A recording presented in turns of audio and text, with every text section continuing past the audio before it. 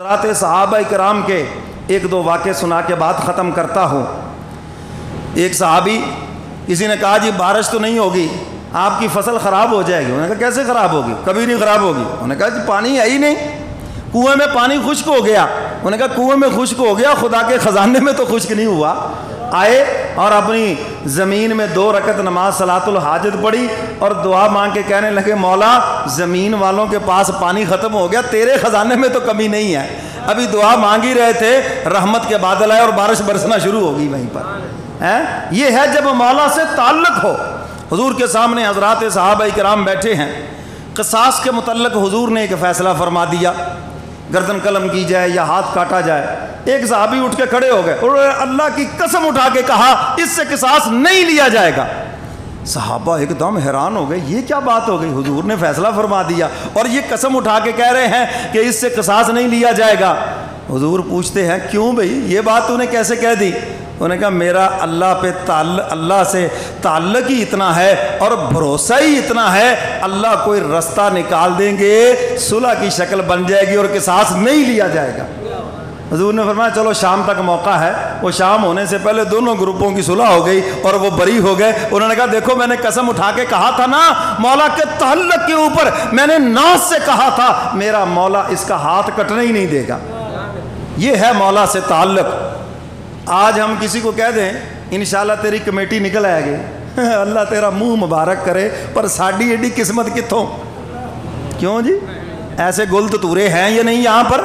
یعنی اللہ پہ کتنے بے اعتماد ہیں، اللہ کے اوپر اعتماد نہیں۔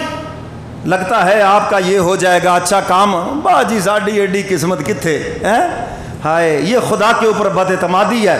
حدیث قدسی ہے، اللہ فرماتے ہیں میرے بندے سن، میں اپنے بندے کے گمان کے مطابق ہوں، عبد ظنی، اپنے بندے کے گمان کے مطابق ہوں۔ اگر میرا بندہ یہ گمان کر لیتا ہے میرا مولا یہ کام کر دے گا میرا، فرمایا میں نے کرنا نہیں ہوتا، لیکن جب میں دیکھتا ہوں میرا بندہ میرے اوپر اتنا اعتماد رکھتا ہے، میرے اوپر یہ گمان رکھتا ہے، اللہ فرماتے فیصلہ بدلتا ہوں اور اپنے بندے کے گمان کے مطابق فیصلہ کر دیتا ہوں۔ خدا پہ یقین تو کر کے دیکھو، اپنی عقل پہ یقین ہے، اپنے جھوٹ پہ یقین ہے، اپنے بزنس پہ یقین ہے، اپنے ذمہ دارے پہ یقین ہے، ارے ان چیزوں پہ یقین ہے۔ وہ جو مسبب الاسباب ہے ذرا اس پہ یقین تو کر کے دیکھو، وہ بغیر سبب کے دینے کی بھی قدرت رکھتا ہے۔ کیوں جی رکھتا ہے یا نہیں رکھتا؟ ہم اس کے اوپر یقین تو کریں۔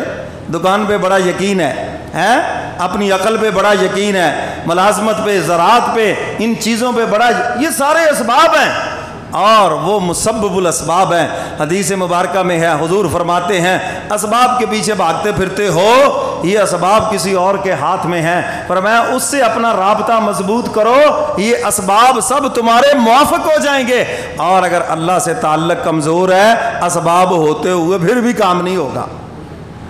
سمجھ گئے وہ بات کہ نہیں؟